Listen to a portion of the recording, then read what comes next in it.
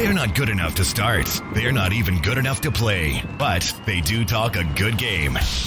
So come join Lou and Jose from the sidelines where all the best sports discussions happen anyway. Welcome in to the Benchwarmers podcast. Welcome into the program, everybody. I am Lou Ruggieri. That is Jose Ortiz. And this is the Benchwarmers podcast. Wherever, whenever, and however you happen to be listening, we appreciate you taking some time to spend it with us. Hopefully you're following us along on either the iHeartRadio podcasting app, Amazon Podcasts, Spotify, Apple Podcasts, Google Play, or follow us along on social media. We're on Facebook, YouTube, and Instagram at the Benchwarmers Podcast, at the BW Pod on Twitter, and even you can email us, the Benchwarmers Podcast at yahoo.com, Benchwarmers with a Z for marketing purposes. Big hour number one, we just went through, got done with, and you can find on the aforementioned platforms. You can go back and listen to that if you'd like. We touched on the top 5 news stories in the NFL this week, and also played two, I don't want to call them games, but they're segments. The Extra Point, where we have a one-sentence recap of every game in the NFL, and also Make No Mistake or Give Me a Break, which is essentially our true-false segment. We had a highlight of the week, low light of the week, and even a moral lesson brought to you by Michael Jordan. Coming up in a little bit, it's time for Week 16 already in the NFL. We have to look back on our Week 15 picks, make our Week 16 picks, and then talk some sports betting. But now, Jose, the NBA season's here. It feels like it just ended, and now it's back again, and that's fantastic. So we have a couple things to get to. Western Conference preview coming up very shortly. But first, let's just go over. There's some signings that I wanted to have us touch on for a minute and kind of talk about. The biggest, quite literally, the biggest contract. The biggest one was Rudy Gobert signs a max extension, 5 years, $205 million with the Utah Jazz. And right off the bat, this seems like, I don't know if this is a good trade, a good signing or not. Well, he becomes the highest paid center in NBA history. So from that standpoint, probably not. But that does seem a little excessive. Yeah. When you put it that way. I mean, in fairness, the league is different with money, and there's a lot of different things to factor. There's been some good centers along the way here. I think. That come to mind. Rudy Gobert is not on that list. No, by the way. He's not. I think that in the current landscape of the NBA, when you have a player who's who's got 2 Defensive Player of the Year awards, been to multiple All-Star games, either you pay him a max contract or you let him walk. That's kind of where we are in the NBA. There doesn't seem to be a lot of middle ground, which is really weird to me. But maybe I just don't have a strong enough understanding of the salary system in the NBA. But I don't think Gobert is worth that type of money. He's a limited offensive player, great defensive player, but limited on offense. I think you need to take a little bit of pressure off of Donovan Mitchell. Maybe he can take another step forward. He's still a young player. He might be able to get better offensively. But right now, I'd be happier with Rudy Gobert as my 3rd or 4th best player. Yeah, I agree. I think as your number 2 option, and just for some perspective, Rudy Gobert career-wise is 11.7 points per game and 11 rebounds per game and 1.4 assists per game. So that's not stellar. He obviously, those numbers have gone up in the last 2 years. In 2019, he was 15.1 points per game and 13.5 rebounds per game. So he has improved over the years. But yeah, for $205 million, I mean, granted, it's either, like you said, you either pay him or you don't. And I guess you have to pay him. But the NBA, with the way that the league is now, it seems like a defensive big man is not exactly going to get you or springboard you deep into the playoffs. Although I will reference probably the funniest joke I heard. It's not really, I mean, maybe it shouldn't be funny, but one of the most humorous things I heard last season was that in terms of defense, no one stopped more shots than Rudy Gobert did last season after his little mic touching episode. Which I know was pretty good. That's a good point. Yeah, I actually forgot about that whole thing, in which he was the one that started it all. That was it. That was the beginning and the end. Yeah. I mean, listen, the guy still has a chance to grow. If you let him leave in free agency, then some other team swoops in and gives him a max contract, and all of a sudden he's on their team, and then you're missing your second or maybe even your best player. So I think you have to sign him. And they also just re-signed Donovan Mitchell as well. So I just think it's like, hey, we're locking up our core for the next 5 years. Yeah, I think that they still need another piece to complement Donovan Mitchell because maybe Mike Conley. Donovan Mitchell needs help on the offensive side. Absolutely. The other big signing, there's two other signings. One, the next biggest is Kyle Kuzma signs a 3-year, $40 million extension with the Lakers. And, this quietly, I think, is a pretty good – it's not really a pickup for the Lakers. It's sort of just a retention. But, Kuzma, I feel like now with the team that it is, with Schroeder that they signed, with Montrezl Harrell, obviously Anthony Davis and LeBron, Kuzma, the pressure is off of him to have to be that guy.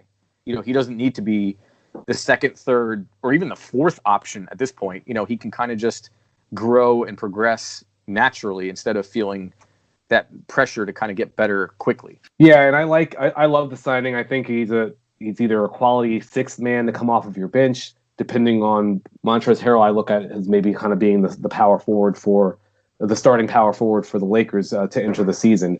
So I'm looking at, since Kyle Kuzma plays power forward, also offers pretty good 3-point shooting.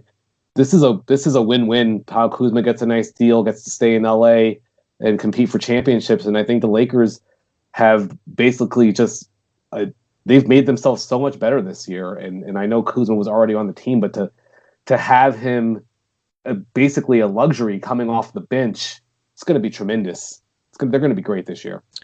Yeah, and Kuzma, I feel like he's listed as a forward, but I feel like watching him play sometimes, he almost feels like a guard. Maybe it's because his size. He's not as big as some of the other guys, but if you put Montrezl Harrell out there, Marc Gasol out there, Kyle Kuzma out there, and then don't forget they also have what's his name, Kostas Antetokounmpo, Giannis's brother, who's another forward. Mm-hmm. He's not Giannis, but he's still 6'10" and 200 pounds. They have a formidable second team coming off of that bench. And I think that you're right. I think seeing him as a six man potentially might be exactly where he should be right now.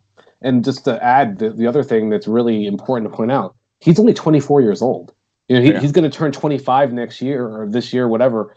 And you can imagine that his efficiency numbers are going to go up. And if he becomes more efficient, watch out. He can be a great player. And the third signing that we touched on, and then we were kind of debating on whether or not to bring this up, Luke Kennard. Luke Kennard. And when you first told me this, I thought it was Luka. And I was like, wait, Luka signed with the Clippers? You're like, no. Luke Kennard signs a 4-year, $64 million extension with the Clippers. And your first question might be the same as ours, is who the hell is Luke Kennard? And we had to do some digging because we found out that this was a free agent signing by the Clippers. He was not on the Clippers last year, which I think is where we both got hung up. He was on the Pistons last year, which is why he faded into anonymity, because I don't think anybody knows who's on the Pistons at all. He did go to Duke. He was a first-round pick number 12 overall. And it was just funny, looking up information on him, when you type into Google somebody's name, that it comes up a little bit later. People also ask. And the first question under Google that Google suggested that people also ask is Luke Kennard good? Which just had me laughing out loud. And it's apparently he's okay. This comes from clipsnation.com. It says the answer, if you're curious, what makes Kennard effective on offense? Luke has not only been a reliable, high-volume three-point shooter since the moment he entered the NBA, he has also had a deceptively good game as a secondary ball handler and decision-maker. He averaged 4 assists per game last season, and that's not a fluke. That was from Clips Nation. It's I don't listen. Maybe he's also one of these guys who are a young player. Yes, I'm not going to pretend to know that, to act like I knew anything about him before I heard his name today. It's kind of from Clips Nation. It's kind of a reach. Yeah, you have the Lakers bringing in Montrezl Harrell and Dennis Schroeder and Marc Gasol and all these players, and you bring in Luke Kennard. I mean, listen, maybe it's the help that they need. They certainly needed some help offensively last year, and maybe he can give them that spark. I think he averaged over 15 points per game last year for the Portland. 15.8, yep. 15.8 for the Detroit Pistons. So you imagine he's going to give them a boost, but I don't think this moves the needle that much. Yeah, 44% field goal percentage shooter and 40% 3-point shooter. So pretty good. He's a good shooter. Maybe that's the Clippers lost some pieces, and maybe this is it's not headlining signing, but it might be a good complementary piece for the Clippers. Who knows? Yeah. So, all right. Speaking of the Clippers, we're going to go on and move on to our Western Conference preview. We did our Eastern Conference preview last week. You can go back and find that in the archives of our show on any of the podcasting platforms, wherever you're listening right now. You can probably find last week's show. We have the same format. We have 5 questions about the Western Conference. We're going to kind of answer back and forth. We do have to make a NBA Finals pick at the end of this segment and a pick for MVP. So just keep that in your thoughts, Jose. So right off the bat, let's just jump right into it. Question number 1 for the Western Conference in this season, the 2021 season in the NBA. Who is the number 1 threat to the Lakers in the West? So if you followed we had our top 10 team rankings, this pick may not make a lot of sense to you because, hey, you didn't have them ranked this high. Yeah. But I just feel like if everything goes right, the Portland Trailblazers feel like a team that has everything to get it done. They have a superstar scorer who's in Damian Lillard. I don't even have to tell you much about him. He's just a great player. He's pretty good, yeah. Yeah. They have a great scoring second option in CJ McCollum. They're going to have Joseph Nurkic back healthy to strengthen that front court for a full year. They brought in Enes Kanter. They also added Robert Covington. I think they're going to be deeper this year, which was a problem for them. I think they ran a bit out of gas last year in the postseason. And I'm not predicting that they're going to challenge the Lakers, but I just think if everything goes right, you kind of need a player who can play at that MVP level, and then you need other players on the team that can play well. I think they have the pieces to make a run if things fall into place. I think that's a good pick. They seem like they're still one piece away. Yeah. See, I feel like the Trailblazers are a team that needs like a Rudy Gobert. Like they need a big inside presence. And Enes Kanter is good, but he's not a starting player. He should be a backup. Exactly. So part of the difficulty in answering this question is that I think the Lakers are head and shoulders better than everyone in the Western Conference. Like I don't really think there's a team that's going to challenge them. So it was kind of tough for me because I'm like, okay, well, a team has to really play perfectly and have the pieces. And that's where I picked the Trailblazers. Yeah, I mean, if not for the injury for Klay Thompson, I would have said the Golden State Warriors easily.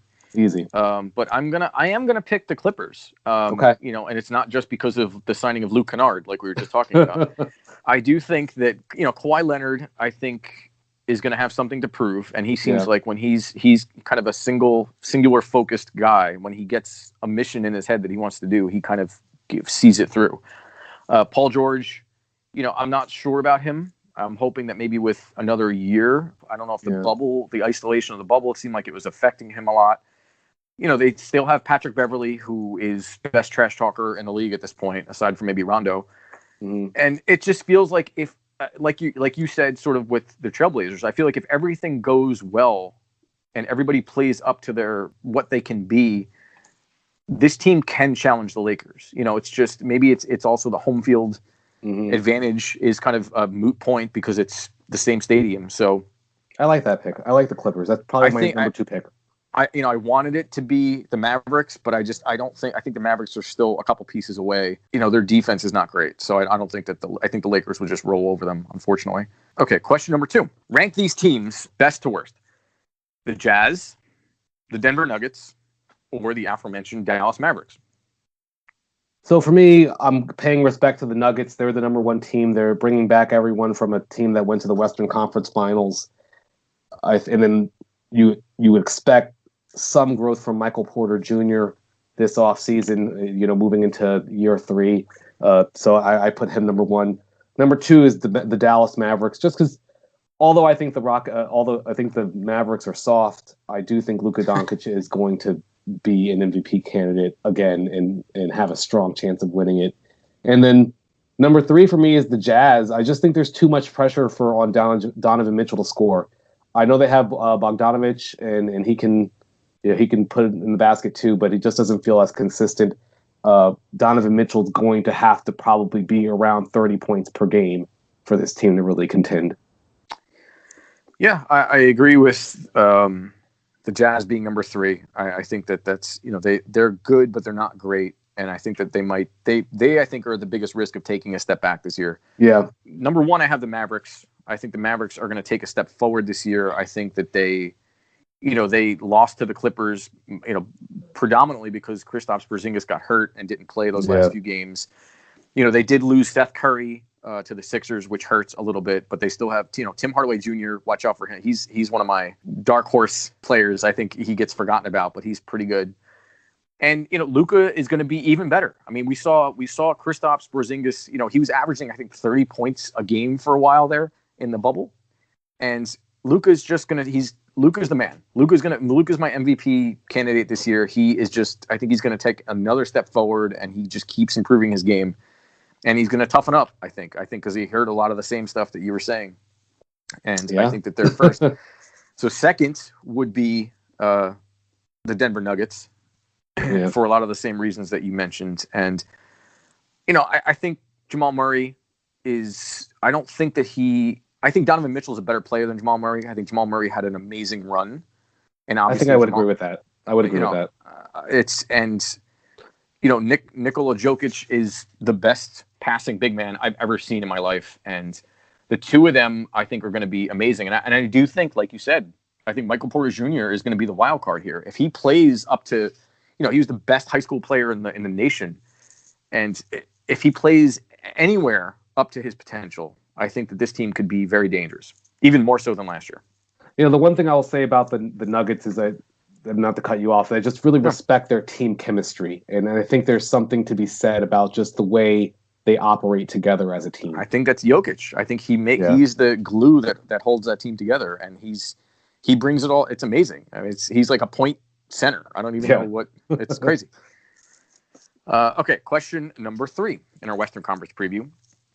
Should teams in the Western Conference be worried about the Golden State Warriors? I'll answer this quickly. The answer is yes, because we know Steph Curry has MVP level talent, and the team has a championship culture. I expect them to contend for at least for the postseason, and I wouldn't be surprised if we see this team make a run. I think the answer is yes too, even without Klay Thompson. I mean, they still, Draymond Green's still there. Steph Curry obviously is still there. They drafted James Wiseman, who was a great pickup. Andrew Wiggins is still there, by the way. Yeah. And Steve Kerr is still their coach. I mean, they have a great team. It's just not as good as it could be, obviously, with the absence of Klay Thompson. But, Steph Curry can still hit 400 three-pointers at any, a season. So they're always going to be dangerous. Last year was an anomaly, and I think that they're going to prove it. Question number 4. Name the most overrated and most underrated teams in the Western Conference. You're not going to like one of my answers, but my underrated team are the Suns. Okay. I think the acquisition of Chris Paul yeah, has kind of put them on my radar. I mean, there were a couple other teams that were in contention. I really looked at the Nuggets as being underrated, but I just looking at the Suns, they have DeAndre Ayton. Can he finally stay healthy for a full year and produce at the level we saw him produce at in college? We'll see. Devin Booker, we saw what he could do with the ball in his hands. I think CP3 is a great leader. He may not have championship pedigree, but he has helped teams win and go far. Maybe not to the level that you might want, as far as winning titles. I think he definitely improves this team, and I could see them sneak maybe being like a 5 or 6 seed, if not better than that this postseason. And as far as overrated, don't say the Mavericks. I'm saying the Mavericks. I just think there's too much on Luka. Porzingis is going to be recovering from a meniscus tear to start this season, so we don't even really know when he's going to be back to whatever level we expect. You talk about Tim Hardaway Jr. I think he's an average at best shooter, and I've already said I just think that they're a soft team. You're going to see them lose. All right, so I think as far as I'm going to go overrated. Is it possible, can I give my overrated award as a career achievement to the Houston Rockets? Just in totality. What about Hakeem Olajuwon, man? Well, okay, post Hakeem, I feel like that they are perpetual overrated team. And, I don't know if there's as much as expected of them this year, without Mike D'Antoni, without, any number of complementary pieces to James Harden. But if James Harden is on that team, I mean, John Wall is now there. I think that they're going to be awful this year. Even if James Harden does play on that team, I think that they're just going to be bad. They're just going to be a bad team. I think maybe they'll be better than the Sacramento Kings at best. As far as underrated, I think that it's the team that we just talked about. It was the Golden State Warriors. They have championship pedigree. They had an anomaly year last season, and they're poised to make a comeback. And I think that they could surprise some teams this year, which is crazy to say because they were basically the last dynasty that we've seen. So, but I think that they're underrated if that's possible for a championship level team. I really like the underrated pick there. Absolutely. I don't think anyone's, especially after the Klay Thompson injury, I think a lot of people are just writing them off right now. All right. Question number 5. What Western Conference player are you watching most this season? My answer is Steph Curry.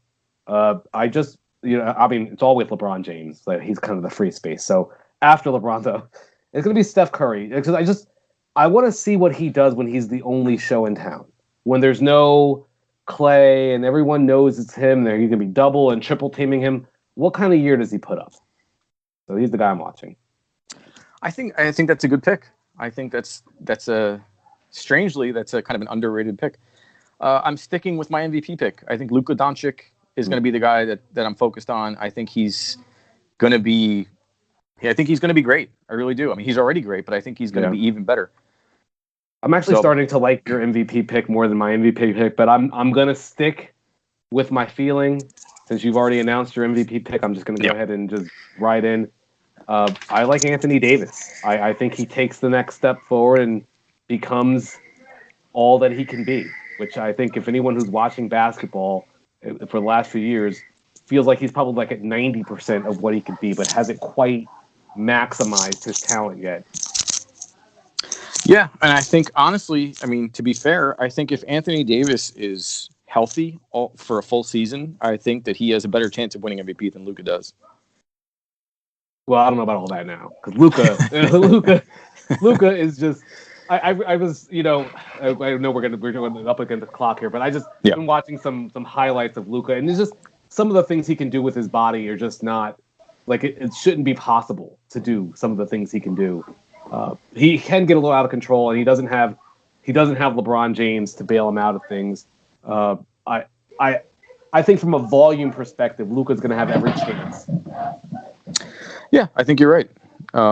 It's funny how we're kind of, building up each other's MVP pick. We'll see. All right, so NBA final part for this segment. Your NBA Finals pick. We have to make it now because the season's going to start this week. So, who are you taking? Lakers over the Celtics. I have the exact same pick. Yeah, I just think this is one of those years where the Lakers just look like the clear favorites in the West, and then in the Eastern Conference where there just doesn't feel like there's a strong favorite. I don't know. I just like the Celtics. Yeah, no, I think the Celtics are going to take that step forward. I think the Heat did well last season, but I think the Celtics, from top to bottom, are probably a slightly more talented team. But we'll see. I still think it's the Lakers' championship to lose this year. Absolutely. So, all right, that's gonna do it for this segment for the NBA. We're going to take a break, and we're going to come back and switch back over to the NFL. We have to look back on Week 15 and see how we did in our picks. We have to play Put Your Money Where Your Mouth Is, our sports bet, and then make our picks for Week 16. So stick around. We'll have that right after this on the Benchwarmerz podcast. If you're sick with COVID-19 or think you might have it, take steps to help protect other people from getting sick. Stay home except to get medical care. Call the doctor before visiting. Separate yourself from others who live with you. Wear a cloth face covering to protect others. Cover your coughs and sneezes with a tissue and clean your hands right away. Avoid sharing items with other people in your home. This includes things like towels and bedding. Be sure dishes are washed in hot water or the dishwasher before anyone else uses them. Stay aware of how you feel. If you start to have difficulty breathing or if you're worried about your health, call your doctor. For more tips, visit cdc.gov. And now back to the Benchwarmers podcast with Lou and Jose.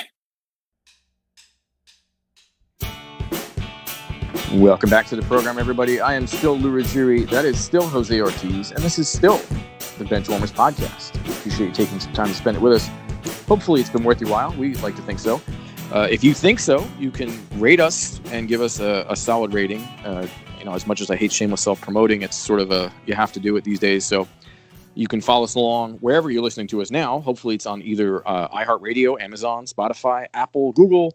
We're on Facebook, YouTube, and Instagram at the Benchwarmers Podcast, at WWPod on Twitter, or you can email us at the Benchwarmers Podcast at yahoo.com, Benchwarmers with a Z. So whatever your platform of choice, please give us a good rating. We try to put in a good show for you every week, and hopefully you think that that's what we're doing, because we try.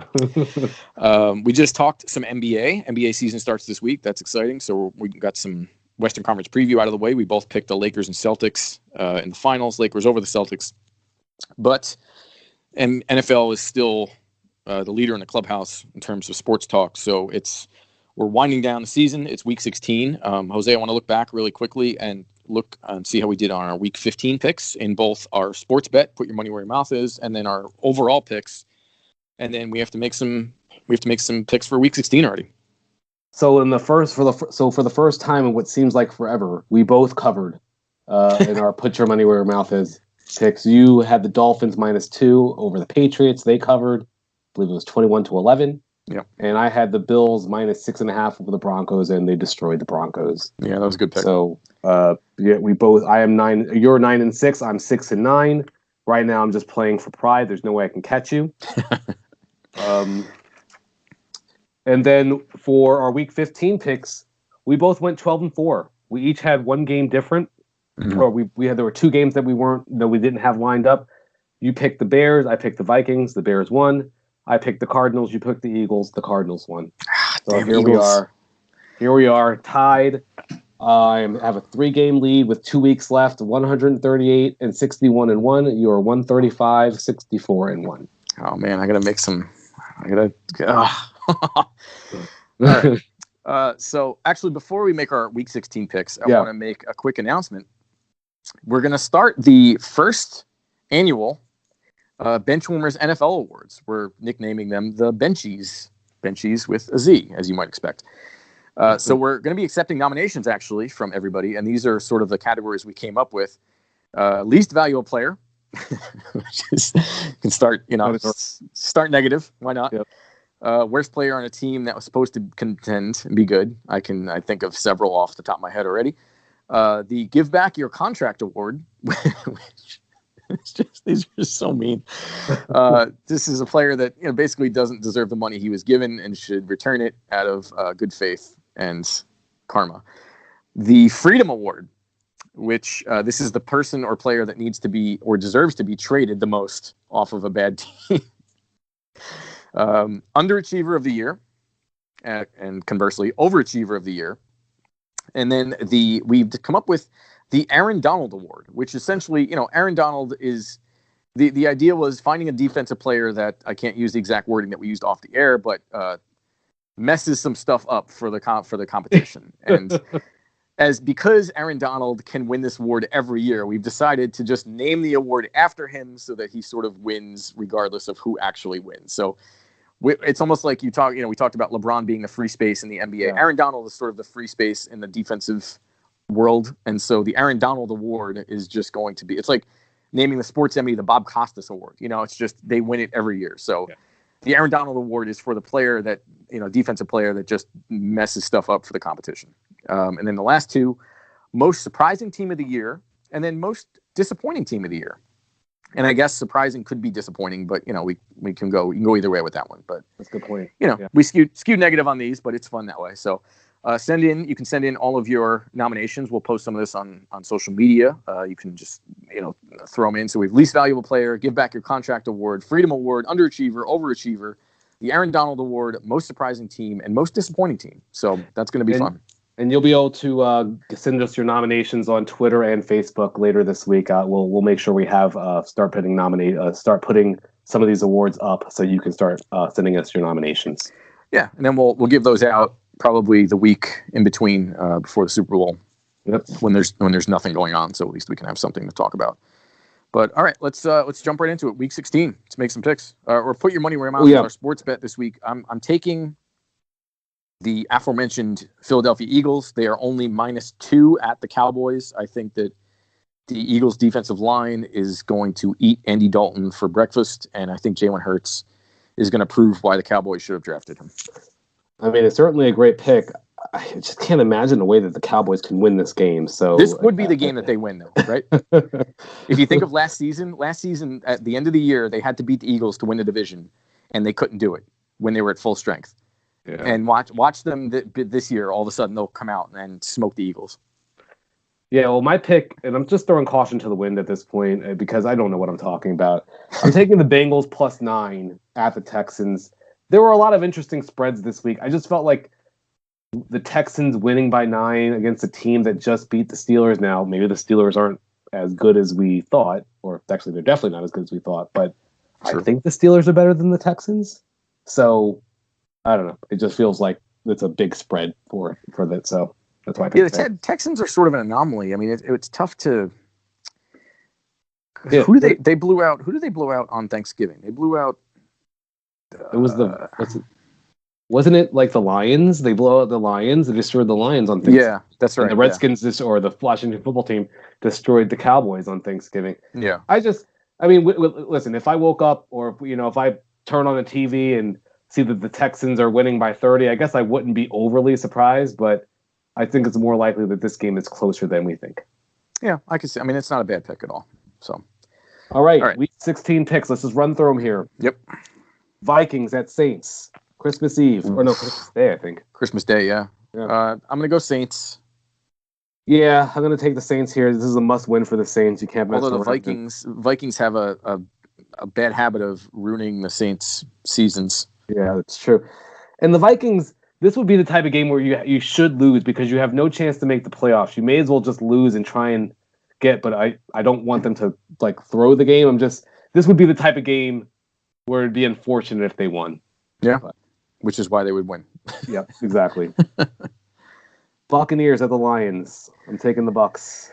Yeah, it has to be the Buccaneers. Yep. Although the Buccaneers have not looked as strong over the last few weeks, but agreed.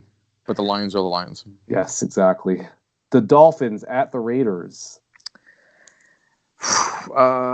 Give me the Dolphins. Yeah, this is a tough game, but I think if I were behind by a bunch of games trying to catch you, I would go with the Raiders here. But I'm gonna just go ahead and take the Dolphins. Yeah, I was considering it pick because I do need to gain some ground. Maybe I might come back to that. We'll see. It just feels like the Dolphins are the safe pick, but it's certainly not a lock. I wouldn't be surprised if the Raiders find a way to win this game. Falcons at the Chiefs. Chiefs. Yeah. It could be a shootout, but I think it'll be close. I think it'll be close, yeah, but the Chiefs kind of always just find a way. Browns at Jets. Well, it's not quite a lock like it was last week, huh? Give me the Browns, I guess. Yeah, give me the Browns. I didn't want to just go in and just write it in. I wanted to give you a chance to, think about it. The Jets being on a one-game winning streak and everything. Yeah, they're on a tear. So on a roll now. How about the Colts at the Steelers? Maybe the game of the week. Colts. Oh, actually, we have I get. I'm taking the Colts here. I'm taking the Colts. They're at the Steelers. Yep. Give me the Steelers. I have to try to get some ground on you. I mean, it's a good pick either way. I don't like what I've seen from the Colts or the Steelers recently, so it's kind of like, well, who do I pick here? I don't know. Yeah, I'm banking on the Steelers' defense. Making Phillip Rivers look like Phillip Rivers. Yeah. How about the Bears at the Jaguars? Yeah, you got to take the Bears. Defense is too good. I bet James Robinson still has 100 yards plus. He's so good. Giants at Ravens. Ravens. I'm going to take the Ravens here too, but I just feel like this is the type of game that the Ravens could end up losing, where everything starts to feel like they're back and everything's going well, and then here comes Colt McCoy into Baltimore, and I don't know, just the Ravens. It feels too easy to pick. Yeah, now. It does. if the Giants didn't look so inept this last week, I think that I might even give them a shot, but they just feel like they've fallen off a little bit in the last week or so. So Bengals at the Texans. Texans. Yeah, I'm taking the Texans, even though I took the Bengals to cover. That's Bengals +9. I think the Texans will win, just not by 9 or 10. Yeah, I can't get on the Ryan Lindley bandwagon. How about the 49ers at the Cardinals? Oh. So just speaking as a 49ers fan, the 49ers, their quarterback play is just so bad right now. It's just you can't win games that way. So I'm just going to go with the Cardinals. Oh man. Like, I'm literally rooting for them to lose so they can maybe draft a quarterback in the first round. And I just said that I don't like doing that, but this is what happens when you're a fan of a team. It's just you start thinking differently. Man, you know what? I have to gain ground on you. Put me down for the 49ers. Oh man, if you catch me on the 49ers winning, oh my goodness, how embarrassing that'd be. All right. Broncos at Chargers. Yeah, I was going to say, it doesn't matter. Chargers. I'm going to say the Chargers. Yeah. Divisional game, though. You never know. That's true. Panthers at Washington football team. Washington. Yeah, Washington's the pick here. The Panthers earlier this season were like playing better than people would have expected, but they've kind of come back down to earth in the last month or so. Yeah, and they just fired their GM for it too. So it's just, I think the Panthers had a good run, but they're still a little bit away. Well, when your offensive centerpiece is not played for 12 weeks, that's which is a whole other discussion on paying running backs, but we'll save that for another day. Yep. Eagles at Cowboys. Give me the Eagles. Jalen Hurts.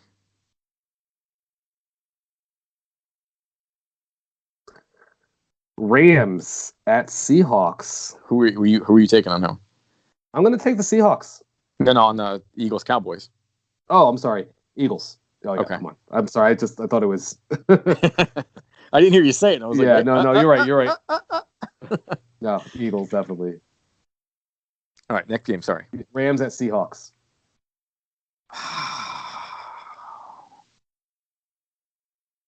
Man.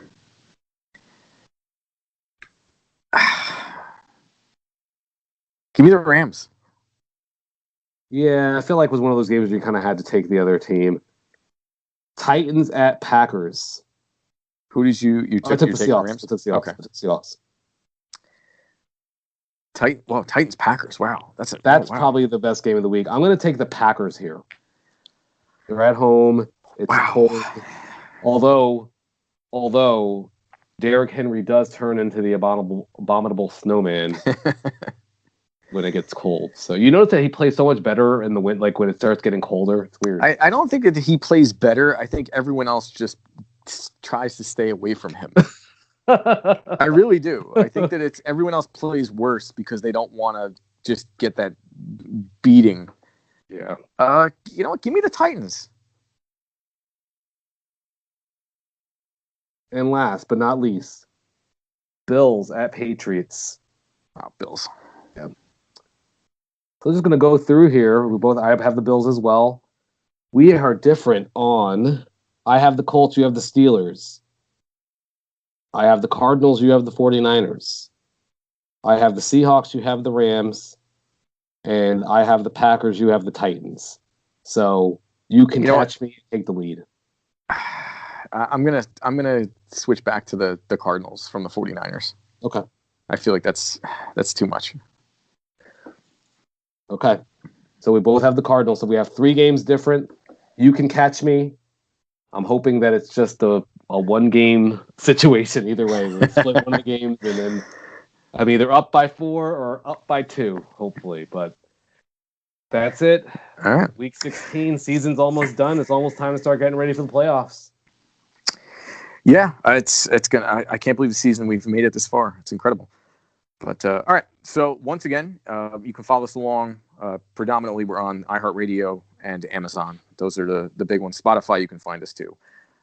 Basically, every social media platform, every podcasting platform, and more to come at the Benchwarmerz podcast. So that'll do it. For Jose Ortiz, I am Lou Ruggieri, and we'll see you next time. Bye-bye.